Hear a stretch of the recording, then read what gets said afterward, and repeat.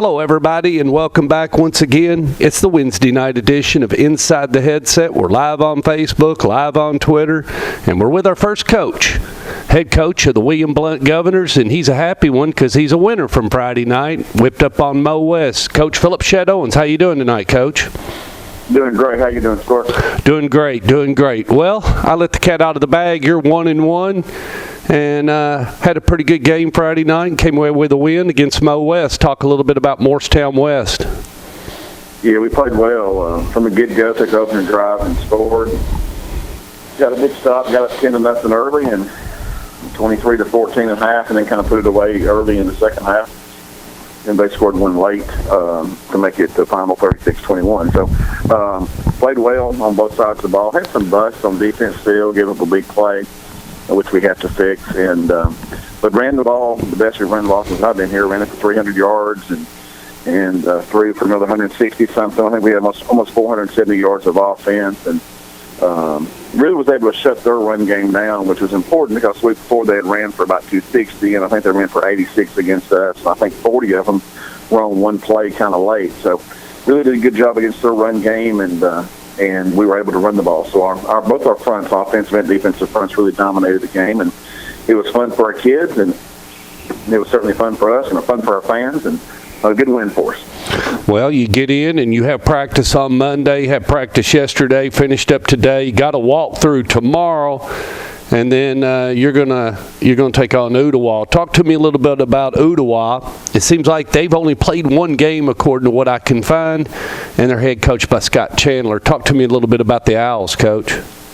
Well, they played two, but the first one didn't count because they only got through about two-thirds of the third quarter, and you got rained out. Okay. And that was against Davy Crockett, and that was a long trip. So I guess, you're talking about Ottawa and Chattanooga all the way to Davy Crockett, which is up for East Tennessee. So they couldn't get it in that night, so it goes down as a no contest. They were down by 3 late in the third to Davy Crockett. The Davy Crockett team beat the Science Hill like 62-20 last week. So, and then last week they got upset by Red Bank, 17-16 or 18-17.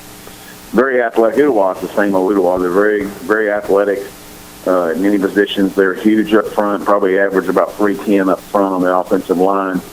Have some dynamic athletes at the skill positions, like as Ottawa always does, and a quarterback that can throw and run. So, that's been the team we've probably played our worst games against the last 2 years. To be honest with you, we played really poorly. Yeah, it seems like you haven't. It just seems like you haven't done well against Ottawa all the times that you've played them since you've been at William Blount. You're right.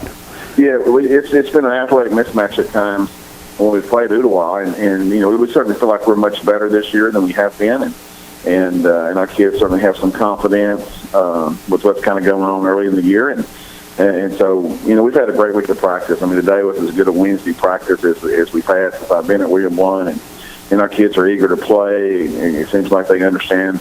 We're trying to get better. We still have some busts. We still got a bunch of young kids that are playing some skill positions that are hurting us at times, but they're making a lot of plays. They're playing hard. They're eager to learn, and with an offensive defensive front that we feel like is pretty good, it gives us a chance to compete on Friday nights about just about anybody we play. So it's going to be a challenge. We know that. It's a TV game up here. Oh, wow. East Tennessee, and so that'll be exciting for our kids and for our student body. It's at our place, and so it's just fun for us, to be honest with you. I mean, our kids understand they can compete.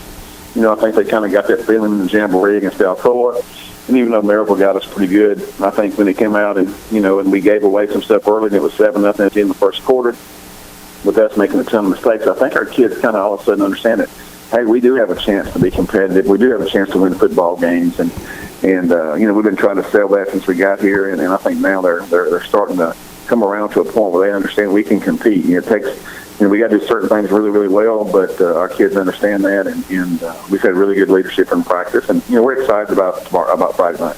Did your quarterback manage the game the other night? And I'm sure he's ready to go and get back into it. Normally when you win, your quarterback's ready to get back to work, but how's he doing? How's he progressing through this season?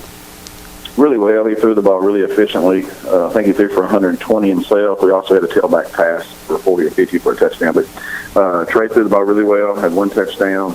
He also had, I think, 5 carries for 47 yards, and and really did a good job of getting us in and out of things we're supposed to. Did a good job with protection calls and just executed our offense really, really well. And so, that's what it takes. I mean, Trey's our offensive leader. Everybody understands that. I mean, we got to have him play solid. We don't have to have him throw for 300 yards. No, just manage the game. Manage the game. Do what he's capable of doing. Coach, injury-wise, how are you? We're doing well injury-wise. So you're healthy. We hadn't had any, nobody out for the game, and we got some nicks and bruises. We've had to hold a couple kids out of practice for a day, but everybody's ready to go. Everybody's ready to go Friday night, and we've had a little bit of sickness on the team, but other than that, they've been there working, ready to go, and it's a big region game for us. We started off the year with Maryville in the region, obviously, so we're 0-1, and so it was one of the teams that picked in the top 2 or 3 in our region, and so it'd be a big time win for us, and that's what our kids are trying to do. I mean, our kids are confident. Feel like know we got to play well, but they understand what it takes, and we're excited about that opportunity right now. All right, Coach, we're off next week. I'm going to go to Notasulga and see Coach Dye. So good luck Friday night, and we will talk to you soon, my friend. Absolutely, Stork. I appreciate it, brother. Thank you, sir.